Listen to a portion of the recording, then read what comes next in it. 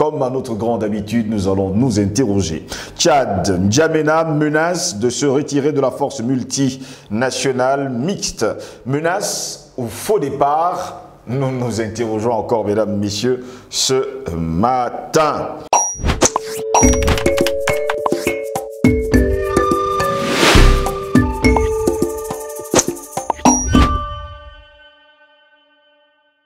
C'est toujours un réel plaisir de vous retrouver sur Panafricaniste TV. Mesdames, messieurs, bonjour. Bienvenue à toutes et à tous à cette édition de Parole panafricaniste.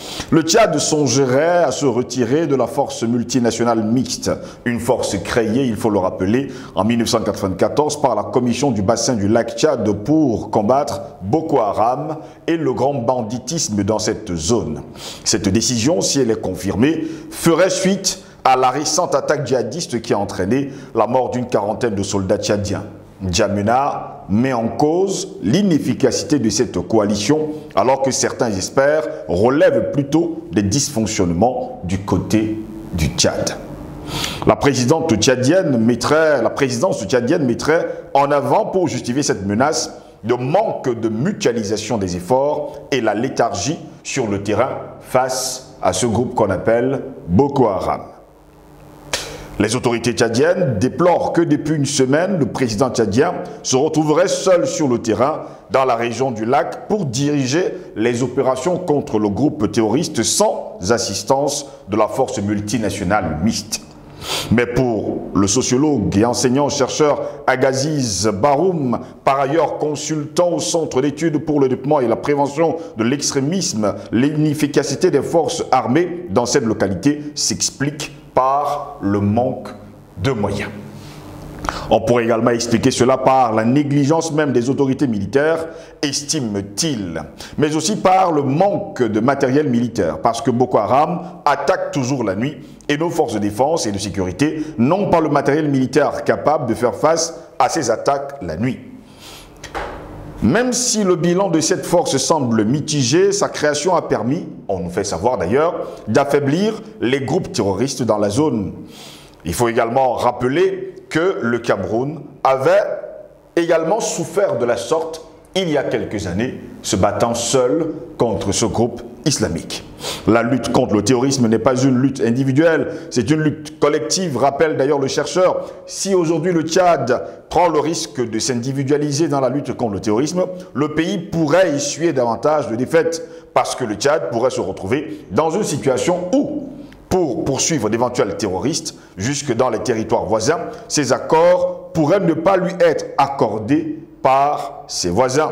Le Tchad prend beaucoup de risques si d'aventure cette intention de se retirer de la force multinationale mixte se concrétise. Certains analystes estiment également, et surtout par ailleurs, qu'en agitant cette menace, le pouvoir tchadien voudrait souligner son importance sur la scène régionale en matière de sécurité. Le Tchad mettrait ainsi en exergue le risque que l'influence des groupes terroristes s'accroisse si un rôle n'était pas reconnu et surtout appuyé. Voilà pourquoi nous nous interrogeons, mesdames, messieurs. Lac Tchad, N'Djamena menace de se retirer de la force multinationale mixte. Menace ou faux départ? Telle est notre grande interrogation. Pour répondre à nos questions, nous sommes avec André Christelle Fanga, pasteur et surtout panafricaniste. Il est notre invité ce matin. André Christelle Fanga, bonjour, bienvenue à vous. C'est Joselango, c'est un plaisir de me retrouver chez vous. N'est-ce pas? Chez nous, chez vous, bien sûr, parce que Panafricanist TV, c'est justement notre chaîne, n'est-ce pas? C'est la chaîne des panafricanistes, c'est le porte-voix, n'est-ce pas, de ce combat que nous menons depuis des décennies. Et je pense qu'aujourd'hui, nous devons davantage travailler d'arrache-pied pour justement amener le combat à un autre niveau, à une autre dimension, parce que le travail de sensibilisation, je crois, de mobilisation et je pense que d'éducation de masse est arriver à un bon niveau. Maintenant, je pense qu'il faut passer par des actions concrètes et ça, j'interpelle, n'est-ce pas, tous les bonnes volontés, n'est-ce pas, qui peuvent soutenir ce combat panafricain. Je ne sais pas pourquoi ça me vient comme ça à l'esprit de parler aux Africains et à tous ces bonnes volontés qui nous écoutent, qui nous regardent, n'est-ce pas, qui sont panafricanistes et qui n'ont pas la possibilité peut-être d'être sur le champ, sur le terrain, sur les plateaux de télévision, sur les réseaux et tout le reste. En fait, sur tous les instruments utilisés par le panafricanisme pour lutter, n'est-ce pas, pour l'émergence, la souveraineté de notre Afrique. Donc, si vous avez possibilité, faites ce qu'il y a lieu de faire. Vous avez tous les possibilités de le faire. Ça dépend de vous maintenant, de par quel canal vous pouvez traverser. Donc, c'est un plaisir de me retrouver chez vous, monsieur José. Très heureux de vous avoir chez vous, André Kistel Fanga. Nous parlons justement du lac Tchad. N'Djamena aujourd'hui menace de se retirer de la force multinationale mixte. Menace ou faux départ, en tout cas, c'est notre grande interrogation. Mais vous le savez déjà, le Tchad songeait aujourd'hui à se retirer de la force multinationale mixte. Cette force qui a été créée, il faut le rappeler, en 1994 par la commission du bassin du lac Tchad, dont fait d'ailleurs partie le Cameroun, sans oublier le Nigeria, pour combattre Boko Haram et le grand banditisme dans cette région. Monsieur Jocelyn Goss, je pense qu'aujourd'hui, ces regroupements, n'est-ce pas, s'effritent au fur et à mesure du temps. Quand je parle de ces regroupements qui s'effritent, c'est-à-dire il y a des discordances, il y a je prends l'exemple, le plus bel exemple, c'est la CEDEAO qui est divisée avec aujourd'hui le départ du Mali, du Niger et du Burkina Faso qui ont créé, n'est-ce pas, leur confédération. Et donc, vous voyez que la plupart des regroupements qui se sont mis en place, et plus l'autre qui a été dissous aussi, le G5 Sahel, le G5 Sahel qui regroupait justement 5 pays du Sahel pour lutter contre le terrorisme, le djihadisme dans le Sahel. Ça aussi a été dissous. Vous voyez que la plupart des organisations qui se sont mises ensemble il y a de cela quelques temps sont en train de s'effriter. Il y a des divisions parce que parfois les visions ne sont plus, n'est-ce pas, convergentes. Les idées ne sont plus les mêmes dès le départ de la création de ces groupes-là. Aujourd'hui, nous avons vu, n'est-ce pas, par exemple, le Cameroun qui a été, n'est-ce pas, attaqué par Boko Haram à un certain moment. Il a essayé, s'est battu. À un moment donné, le Tchad est venu à la rescousse, n'est-ce pas, dans cette lutte-là. Mais alors qu'il y avait le bassin, n'est-ce pas, cette force mixte qui existait, le Niger, il faisait partir aussi. Le Nigeria est resté de son côté. Vous voyez un peu, plusieurs pays sont restés de leur côté sans venir aider le Cameroun.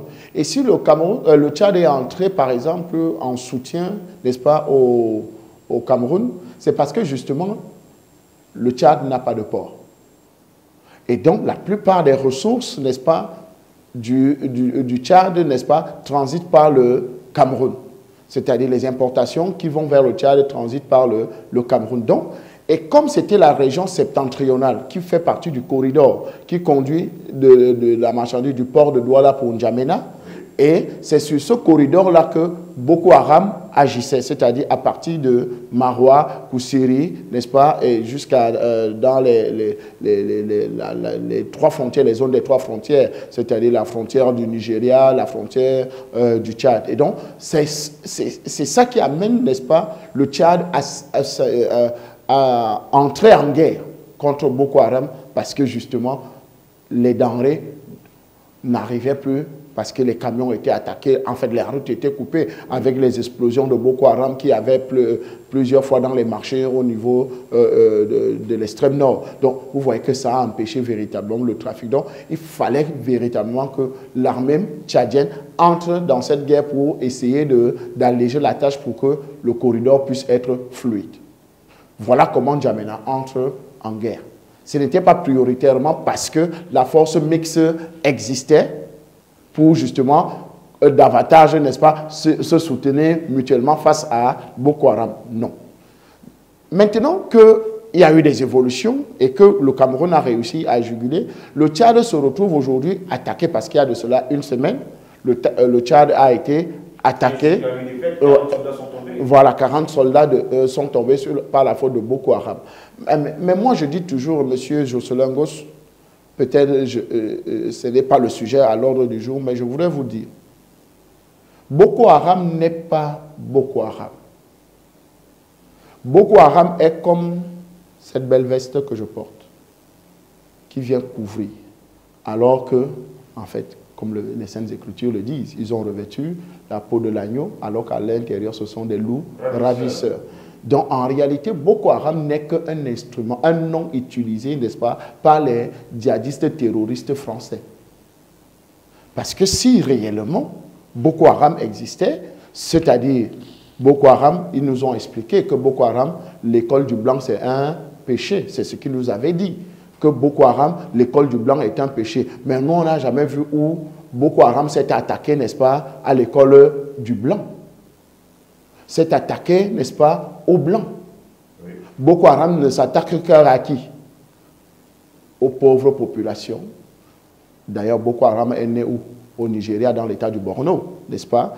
Avec, j'ai oublié son nom, bon, celui qu'on dit qu'on a tué. Bon, Shekau, c'est le dernier chef. Donc, on passe rapidement. Donc, pour simplement dire que vous voyez que ça a été une fabrication et qui, justement, a permis qu'il y ait du désordre dans le lac Tchad. Parce que le Niger a subi des exactions de Boko Haram, le Tchad en a subi, continue à subir, n'est-ce pas, ces derniers temps. Le Cameroun, vous voyez un peu le Nigeria, alors c'était très grave. Presque tout un État a été gouverné par Boko Haram à une certaine époque, mais je ne sais pas comment ils ont résolu le problème. D'ailleurs, on attend toujours où sont les filles de Chibok, n'est-ce pas, les 400 filles de Chibok qui ont été enlevées dans une école, n'est-ce pas, de ce côté-là. Bon, il paraît que c'est déjà les mamans aujourd'hui, parce qu'ils ont fait beaucoup d'enfants, ces rebelles-là. Donc, pour simplement dire que Boko Haram n'est qu'une fabrication occidentale, comme les autres. Vous savez, la logique de la plupart des impérialistes, des colonisateurs, ils ont pour programme politique pour les pays africains la loi de Machiavel. La loi de Machiavel dit, pour mieux régner, il faut diviser. Donc, on est dans la logique de la division. Alors, comment diviser les Africains? Il faut les créer des trucs comme Boko Haram, il faut les créer des trucs comme l'Ambazonie, il faut les créer des trucs comme le Biafra, il faut les créer des trucs comme le Togoland, le terrorisme, le djihadisme. Et je voudrais vous rappeler que pour que l'OTAN attaque par exemple la Libye, on allait tourner un film à Dubaï. Vous savez, c'est dans un studio qu'on a tourné un film, n'est-ce pas, soi-disant que les populations de Benghazi se sont rebellées, n'est-ce pas, dans un studio de télévision. Et que Muammar Kadhafi tuait son peuple. On a montré la répression de l'armée, une soi-disant répression, et on a tourné, on a projeté. On dit que voilà ce qui est en train de se passer en Libye. Et c'est comme ça que l'OTAN s'est déployé et a tout bombardé en Libye. Donc vous voyez que c'est des petits scénarios montés comme ça dans les studios, dans des petits bureaux, des officines d'intelligence. On dit non, oh, les Africains, vous savez qu'ils ne lisent pas beaucoup. Ils ne suivent pas beaucoup des émissions de Panafricanist TV. Ils ne suivent pas pour découvrir beaucoup de choses. Donc, il faut les empêcher il faut les envoyer chez les Balthazar. Il faut les envoyer chez les comédiens. Et oui, il faut suivre les comédiens. Il faut suivre plein de choses. Et des comédiens, des bouffonneries en fait. Il faut que non.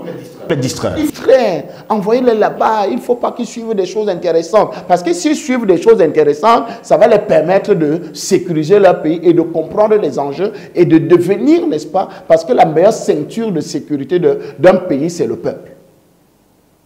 Un peuple qui comprend et qui est bien informé, n'est-ce pas, des enjeux de son pays, ne peut pas véritablement encourager une rébellion, ne peut pas encourager les sécessions, ne peut pas être d'intelligence avec les Boko Haram. Donc, vous voyez que c'est des choses bien montées, n'est-ce pas, dans des studios, dans des officines, n'est-ce pas, des services secrets français et américains et tout ça, pour justement mieux nous diviser, pour qu'ils puissent davantage régner. Parce que là, maintenant, ils auront besoin de nous. Maintenant, quand le Tchad annonce ou le départ, ou un faux départ de la force mixte, mais non. La faute n'est pas aux pays alliés, n'est-ce pas, de cette force mixte, non.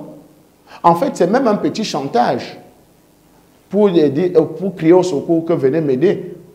Pour se remobiliser, parce qu'il faut quand même rappeler que le quartier général de cette force mixte multinationale se trouve à N'Djamena, au Tchad. Ou bien pour essayer d'appeler au secours, réveiller ses frères, que mais cette affaire-ci, vous faites comment? Voilà une force que nous avons, parce qu'en réalité, vous savez que tout autour, n'est-ce pas, de nos pays, il y a des forces françaises stationnées. Par exemple, en N'Djamena, il y a une force, n'est-ce pas, française stationnée. Il y a des forces un peu de partout comme ça, des brigades. Au Gabon, il y en a, n'est-ce pas, de ces forces, des bases. André Kisefanga, lors de la création justement de cette FMM, on parle bien sûr de cette force multinationale mixte, il y avait 8700 militaires et policiers qui étaient justement prévus pour cela. On parle des forces béninoises, forces camerounaises, forces nigériennes et surtout les forces armées tchadiennes. Exactement, nous sommes tous d'accord. Mais vous voyez que les intérêts sont déjà divergents.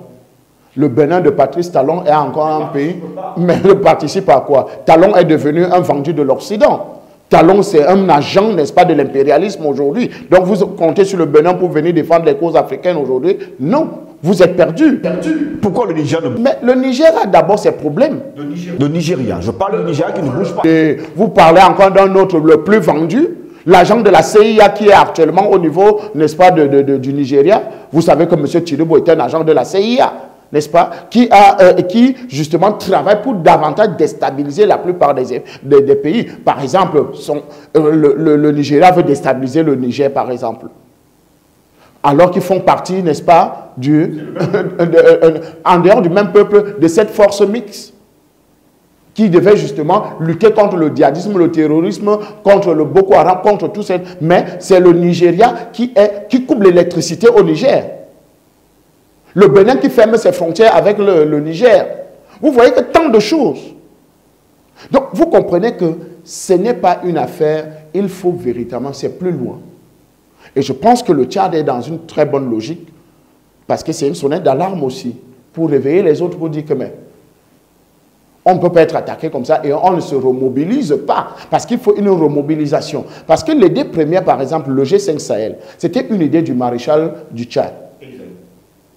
Mais la France est venue récupérer cette idée, vous voyez un peu, en disant, nous allons apporter des financements. Les financements ont attendu 3 ans et 4 ans. Ce n'est jamais arrivé. On parle également de problèmes de financement, justement, dans cette force multinationale mixte. C'est ça la logique, c'est ça notre plus grand problème. Nous ne savons pas nous mobiliser pour les causes justes. Africains, apprenons à nous mobiliser pour les causes justes. C'est ça notre plus grand problème, M. Jocelyn Ngoz. Comment nous avons une force comme celle-là, qui mobilise au moins ces 6 pays, capable, n'est-ce pas, de donner des financements, d'apporter des financements, et que cette force-là est en train de piétiner comme ça piétine là. Ça n'a aucune force, ça n'a pas de financement, ça n'a pas d'armement, ça n'a rien du tout. On attend que la MINUSCA vienne se mettre les missions onusiennes, on attend les opérations Sangaris, on attend les Barkhane, on attend les Serval, on attend toutes ces opérations montées par la France pour que ça marche. C'est pour ça que la France a tué le G5 Sahel, par exemple. Elle a retardé les financements pour justement... Parce que Barkhane ne pouvait pas être là et que le G5 Sahel encore a une force puissante, n'est-ce pas, pour lutter contre le djihadisme et le terrorisme. Je voudrais vous faire un rappel historique, M. Jocelyn Ngoz. Le Tchad, en partenariat avec l'armée malienne, ont chassé les terroristes du territoire malien jusqu'à dans les Ifogas. Quand on parle des Ifogas, c'est dans les derniers retranchements du nord du Mali. C'est-à-dire l'armée tchadienne et l'armée malienne se sont mis ensemble pour lutter contre le terrorisme dans leur pays. Ils ont réussi jusqu'au dernier moment, vers les derniers retranchements. C'est l'armée française qui s'est interposée pour que l'armée, cette coalition, armée malienne, armée tchadienne, ne poursuive pas les terroristes jusqu'au dernier retranchement. Il a fallu qu'on appelle le commandement de l'armée mixte, de cette armée mixte-là, à Bamako, pour qu'ils arrêtent de continuer. Vous avez compris que la logique qui était cachée derrière? La logique qui était cachée derrière parce qu'on ne voulait pas que cette coalition, n'est-ce pas, force Mali, Tchad, n'est-ce pas, soit bien vue par rapport à la lutte contre le terrorisme, alors qu'il y a une force appelée Barkhane installée, n'est-ce pas, sur le territoire malien, qui est justement pour la... Et on accusera plus tard les soldats tchadiens. Et tout ça, on va faire tout un montage et tout. Et donc, voilà comment ça s'arrête. À chaque fois que les initiatives africaines qui peuvent produire de très bons résultats, n'est-ce pas, alors elles sont toujours combattues. L'Union africaine actuelle, par exemple, financée à 70% par l'Union européenne, peut produire quel résultat? Justement, je voulais vous poser la question de savoir où est passé le Conseil de paix et de sécurité de l'Union africaine qui a officiellement approuvé l'établissement de cette force multinationale mixte. Il faut le rappeler, c'est le 25 novembre 2014. Monsieur Jocelyn Goss, voilà tant de problèmes que nous avons en Afrique. Parce que nous savons créer des choses et nous attendons les financements des autres. C'est-à-dire, nous avons notre Union africaine, nous attendons que les salaires viennent de Paris. C'est notre organisation. C'est notre organisation. C'est notre association. Mais on attend, c'est comme un mari qui est marié et il attend que c'est le voisin qui vienne rationner chez lui. Et vous attendez à quoi? Ce qui va se passer, on vous fait des bébés dans le dos. Hein? Et que les futurs enfants commencent à ressembler aux voisins. Mais écoutez, ce n'est que logique. Donc, vous ne pouvez pas créer des associations, créer, n'est-ce pas, des forces, créer des unités, créer des organisations et attendre des financements des autres. Et c'est ça notre plus grand problème aujourd'hui. Et donc, nous devons véritablement nous mobiliser pour les causes justes, pour que nous puissions obtenir des résultats. Donc le Tchad a parfaitement raison en sonnant le glas, n'est-ce pas, en disant, moi si vous n'apportez pas le soutien qu'il faut, je quitte. En fait, c'est pour essayer un peu de l'air remuer tout le monde, de dire que... Mais, bon, est-ce que le Tchad pourrait partir, sachant que le Tchad est attaqué aujourd'hui? Non, le Tchad ne peut pas partir. C'est juste une façon de vouloir remobiliser les gens, de permettre... Le Cameroun, le Nigeria, le Niger, le Bénin, même si le Bénin ne bouge pas le petit doigt. Mais bien sûr. Que réveillez-vous, cette affaire de Boko Haram, parce que, bon, je vous ai dit que ce n'est pas Boko Haram, hein, c'est les soldats... français, américains, parce que je vous ai expliqué, c'est des mercenaires, c'est tout, ça n'a rien à voir. Et je vous ai toujours dit, quand on entend parler de soldats français, ne vous attendez pas seulement à avoir un blanc. Nous sommes non, beaucoup d'Africains ne le savent pas. Il faut leur dire encore. Donc, quand on parle de soldats français ou bien de mercenaires étrangers, on pense que non, on va trouver un blanc assis quelque part. Non. Non. Il y a des Africains qu'on a lavé le cerveau. En fait, qui ont des calebasses vides, appelées têtes, qu'on a retournées, on les a envoyées. Je vous prends un bel exemple. Allez-y. Vous connaissez le sergent Mamadi Doumbouya? Tout le monde le connaît. C'est le président de la Guinée-Conakry. Maintenant, il est même général. Il est maintenant général même. Il s'est autoproclamé général. Vous voyez un peu la logique moboutiste. La logique moboutiste. Peut-être, je ne sais pas. Je prends cet exemple pourquoi? Parce que M. Mamadi Doumbouya est un légionnaire français.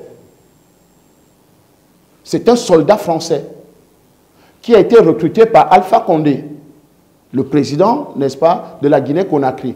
Il est venu en Guinée-Conakry étant, il avait le grade d'adjudant. C'est le président Alpha Condé qui fait de lui lieutenant-colonel. Par décret. Donc même par formation, il n'a même pas traversé le grade de lieutenant ou de sous-lieutenant. C'est par décret, à cause, de sa taille et son air de... Exactement. Donc, son air de grand baraquet, de ce dozo, n'est-ce pas, d'un autre genre, qu'on lui confie, n'est-ce pas. Et maintenant, on lui a confié, n'est-ce pas, l'unité la plus importante, n'est-ce pas, de gendarmerie au niveau de la Guinée-Conakry, qui était cette unité d'élite, n'est-ce pas, qui protégeait le président. Et finalement, à la tête de cette unité, il a renversé le président, Alpha Condé. Donc, pour vous dire que si vous vous attendez à voir un légionnaire français ou bien un soldat français étant tout blanc, vous avez menti. Je peux encore prendre François Bozizé en RCA. Ils sont nombreux comme ça, des militaires. Vous croyez que non, c'est les Africains. Ah, c'est un Centrafricain, non? Bozizé, c'est un Centrafricain, non? Ah, Mamadi Doumbouya, c'est un gars de Conakry, non? C'est un Guinéen, non? Ou bien, ils sont nombreux. Alassane Dramane Ouattara, on en parle? Non, passons. Je pense qu'aujourd'hui, quand nous parlons de tous ces gens-là, ces soldats, n'est-ce pas, d'un autre genre, ces nègres, n'est-ce pas, de salon, n'est-ce pas, qui pensent qu'ils sont des évolués, des gens qui se sont intégrés, n'est-ce pas, dans la société blanche et tout ça, c'est eux qui nous causent tant de problèmes. La preuve en est, tous les fonctionnaires des grandes structures internationaux, là, leur rêve, dès qu'ils ont fini là-bas, ils ont pris leur retraite, c'est de revenir en Afrique être président. Sinzou, Ouattara, Sirleaf, Saint Johnson Sirleaf, vous savez que c'était un employé de FMI. Tous, quand ils reviennent en Afrique, c'est que c'est eux les gens les plus... C'est eux qui comprennent mieux la politique, c'est eux les plus grands défenseurs, les Mukwege, n'est-ce pas, en RDC, c'est eux qui comprennent mieux les droits de l'homme, c'est eux qui comprennent mieux, n'est-ce pas, le monde. Et nous qui sommes en Afrique, là, et qui ne bougeons pas de l'Afrique, là, vraiment, on ne comprend rien à rien. Ils doivent venir nous montrer comment faire la politique, alors que Ibrahim Traoré, vous l'avez vu, vous voyez ce qu'il fait avec son pays. Vous avez vu un vrai soldat africain. Vous avez vu, ils sont nombreux, Assimi Goïta.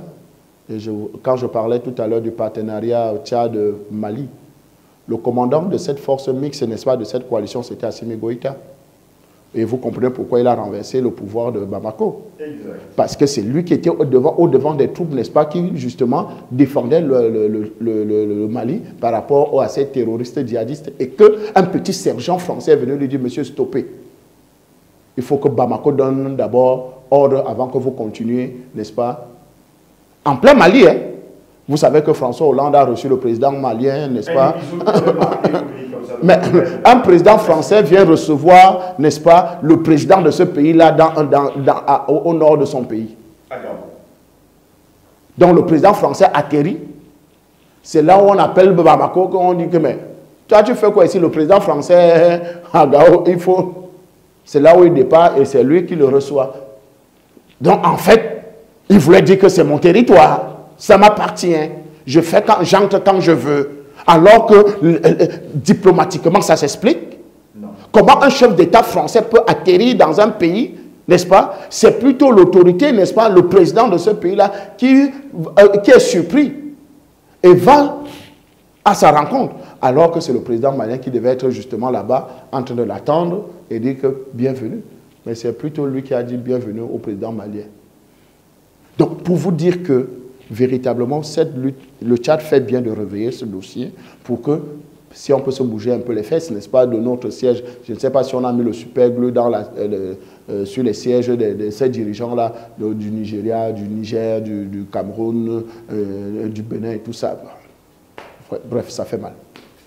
Merci à vous, André Kisset Fanga, d'avoir répondu à nos questions. C'est moi qui vous remercie, Josela. Merci à vous également, mesdames, messieurs, de nous avoir suivis. Au plaisir de vous retrouver très prochainement. Restez sur nos plateformes numériques, YouTube, Facebook. Partagez au plus grand nombre pour que Panafricaniste TV soit connu de par le monde. Je vais terminer par cette pensée d'un prêtre qui déclarait « Il y a quelque chose de pire dans la vie que de n'avoir pas réussi, c'est de n'avoir pas essayé. » On n'essaye pas une fois, 10 fois, 20 fois, 100 fois, mais il faut essayer encore et encore pour arriver au succès, à la réussite. Sur ce, bonne journée à toutes et à tous.